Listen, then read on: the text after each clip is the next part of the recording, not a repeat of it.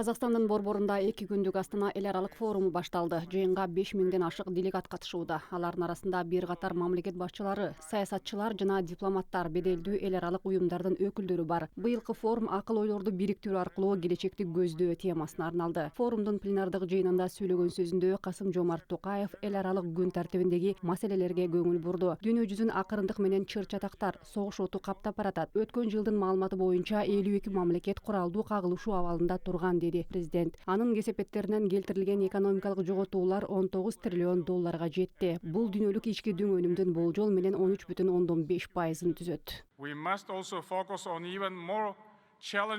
Биз өзөктүк куралы бар мамлекеттердин ортосундагы чыңалууга өзгөчө көңүл бурушубуз керек. Бүгүнкү күндө 9 өлкөнүн арсеналында жалпысынан 13 000 өзөктүк дүрмөт бар. Серепчилер аны колдонуу ыктымалдыгы өсүп жатканын эскертишет. Атүгүл кокусунан жазатайып, инцидент же эскалация себеп болушу мүмкүн. Бир гана жарылуунун кесепети абдан оор болот. Окумуштуулардын айтымында атом бомбасы түшкөн жерин гүлгө айлантып гана тим болбостон глобалдык климаттык катастрофага алып келип, бүтүндөй эгинди жок кылып жибериши мүмкүн. Scientists estimate that beyond the immediate destruction, it could trigger global climate disaster and destroy harvests. Бирок Казакстандын президентинин айтымында глобалдык коопсуздукка коркунучтар геосаясий мүнөздө гана эмес, протекционизм, соода согуштары да өсүүдө. Ошондуктан бүгүнкү күндө Бириккен Улуттар уюмунун ишинин натыйжалуулугун жогорулатуу маанилүү. Бул үчүн Касым-Жомарт Токаев Коопсуздук кеңешинин курамын кеңейтүүнү колдойт. Казакстан заманбап турбуленттүү дүйнөнү конструктивдүү өз ара аракеттенүү призмасы аркылуу карайт. Өлкөнүн тышкы саясаты бөлүнүүгө караганда диалогдун артыкчылыгына жана эгемендүү укуктарды урматтоого таянат.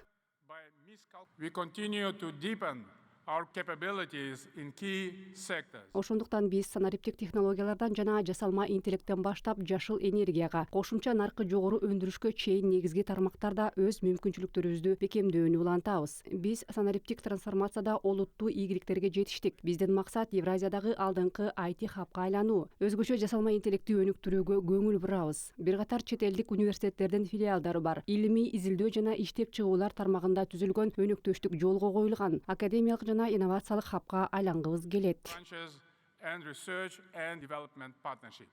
Бирок климаттык каатчылык чечилбесе туруктуу өнүгүү болбойт деп белгиледи президент. Борбордук Азия планетанын климатынын өнүгүшүнө алсыз аймактардын бири. Бул жерде глобалдык жылуулуктун деңгээли дүйнөлүк орточо көрсөткүчтөн 2 эсе жогору. Аталган кыйынчылыктарды жеңүү үчүн регионалдык координация, прагматикалык багыт менен климаттык күн тартибин алдыга жылдыруу кажет. Келерки жылы Казакстан БУ менен биргеликте аймактык экономикалык саммит өткөрөт.